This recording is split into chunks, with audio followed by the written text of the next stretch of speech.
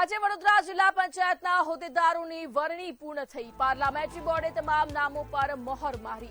જ્યોત્સના રબારી પ્રમુખ પદે વરણી થઈ, જ્યારે કમલેશ પટેલ ઉપપ્રમુખ તરીકે પસંદગી પામ્યા। આજે કૌરવી વાઘેલા કારોબારી અધ્યક્ષ તરીકે વરણી પામ્યા। રાકેશ ઠાકોર પક્ષના નેતા તરીકે નિમાયા। મનીષ પરમાર દંડક તરીકે પસંદગી પામ્યા। તમામ પદના નામ જાહેર થતા ખુશી વ્યાપી। વડોદરા જિલ્લા પંચાયતના હોદ્દેદારોની વરણી થઈ છે। પાર્લામેન્ટરી બોર્ડે આખરે જે મોહર મારી છે, વડોદરા જિલ્લા પંચાયતના નવા પ્રમુખ તરીકે જ્યોત્સનાબેન રબારી છે, તેમની સાથે જ વાત કરીશું। સીધાબેન, શું કહેવા માંગશો? ગત ટર્મની વાત કરીએ, કયા કામો છે તે બાકી રહેશે અને ક્યાંથી શરૂઆત થશે? જિલ્લો વધુ વિકસિત બને તે માટે હું પ્રયત્નશીલ રહીશ અને શિક્ષણ માટે વધારે પ્રયત્નશીલ રહીશ। પ્રમુખ મુદ્દાઓ કયા રહેશે? કારણ કે ખાસ કરીને આપણે જિલ્લાની વાત કરીએ, શહેરની તો વાત થતી જ હોય છે, પણ ખાસ કરીને જિલ્લાની વાત કરીએ તો કયા પ્રમુખ મુદ્દા રહેશે? અત્યારે સાથ છે કે હું જિલ્લો વધુ વિકસિત બને તે માટે હું પ્રયત્નશીલ રહીશ। જિલ્લો વિકસિત રહેશે તે માટે છે આપણી સાથે પૂર્વ પ્રમુખ છે, સાથે પ્રદેશ ઉપાધ્યક્ષ છે, તેમની સાથે વાત કરીશું। શું કહેશો? કારણ કે જે પ્રમાણે વાત કરી છે, જિલ્લો વિકસિત થાય તેવી રીતની વાતો તે કરી રહ્યા છે।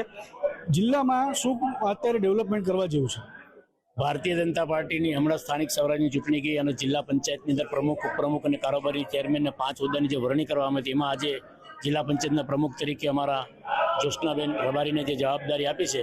અને વિકાસની વાત તમે કરો છો, ભારતીય જનતા પાર્ટીએ ખૂબ વિકાસ કર્યા છે અને ક્યાંક ને ક્યાંક વિકાસના કામો કદાચ ક્યાંક બાકી હશે તો એને આગળ વધારવાના પ્રમુખશ્રી અને ટીમ અને તમામ સદસ્યો અને માન્ય જિલ્લા પંચાયત અને જિલ્લા ભાજપના અધ્યક્ષ સ્થાને જે કંઈ સૂચનાઓ મળશે એ પ્રમાણે અમારા પ્રમુખશ્રી આગળ કામ વધારશે અને વડોદરા જિલ્લાનું ખૂબ વિકાસને પંથે વધારે વેગ આપે એ માટે તમામ ટીમનો આગ્રહ રહેશે।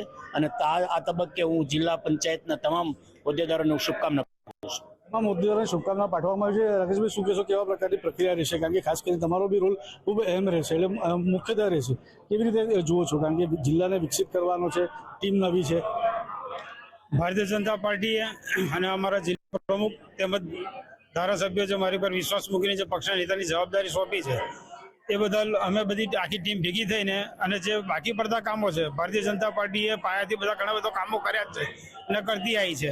આગામી જે પબ્લિકની જરૂરિયાત હશે એ પ્રમાણે જે બાકી કામો પડતા હશે એ પણ અમે ભેગા મળીને બધા કામો પૂર્ણ કરવાના પ્રયત્નો કરીશું। તમામ કામો પૂર્ણ કરવાનો પ્રયત્ન કરીશું। પ્રમુખ સાહેબ, શું કહેશો? જે પ્રમાણે તમે કીધેલું કે અમને જે ટીમ જોઈએ છે તે પ્રજાલક્ષી કામો કરશે તેવી જ ટીમની રચના થઈ છે। પાર્લામેન્ટરી બોર્ડે તેના પર મોહર મારી છે, શું કહેશો? પાર્લામેન્ટરી બોર્ડે જે પસંદગી કરી છે યથાયોગ્ય છે। અનુભવી અને નવા બંનેનું મિશ્રણ કરેલું છે। અમારા પક્ષના નેતા રાકેશભાઈ છે, તાલુકા પંચાયતમાં પણ ઉપપ્રમુખ તરીકે એમણે કામ કર્યું છે। કમલેશભાઈએ 10 વર્ષ સરપંચ તરીકે કામ કર્યું છે અને એ રીતે પાર્ટી નવા લોકોને અનુભવ મળે એ માટેની તૈયારી કરી છે। 5માંથી 3 બહેનોને અમે તક આપે।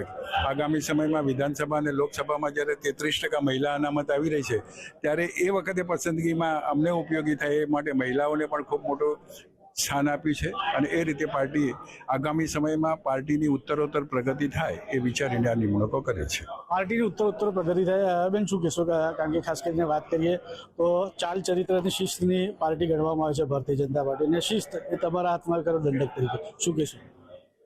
આજે ભારતીય જનતા પાર્ટીના સંગઠન, દરેક સંગઠનના સભ્યો અને ધારાસભ્યશ્રીએ અને જનતાએ જે મારા પર વિશ્વાસ દાખવ્યો છે અને મને આ હોદ્દા માટે નિયુક્ત કરી છે, તો એ હોદ્દાનું માન રહે એના માટેના જે કાર્યો મારા થકી લોકોને અપેક્ષા છે એ હું પૂર્ણ કરી શકું એવી મારો પૂરતો પ્રયત્ન રહેશે। અને ભારતીય જનતા પાર્ટીની જે પ્રણાલી છે, તમે કહો છો શિસ્ત, એને ધ્યાનમાં રાખીને જ હું આગળ વધીશ અને લોકોના પ્રશ્નોનું નિરાકરણ લાવીશ એવી ચોક્કસ એટલે જોવા જઈએ જે પ્રમાણે જે પાર્લામેન્ટરી બોર્ડ દ્વારા જે આખર મોહર મારવામાં આવી છે અને વડોદરા જિલ્લા પંચાયતના પ્રમુખ તરીકે જ્યોત્સનાબેન રબારી છે તે પ્રમુખ પદે તેમનું નામ આવ્યું છે અને તેમની સમગ્ર ટીમ હવે જે વિકાસલક્ષી કામો છે તે કરવા માટે હવે તત્પર થઈ છે। કેમેરામેન મિલિંદ મૈલે સાથે સત્યમ નેવાસ્કર, મંતવ્ય ન્યૂઝ।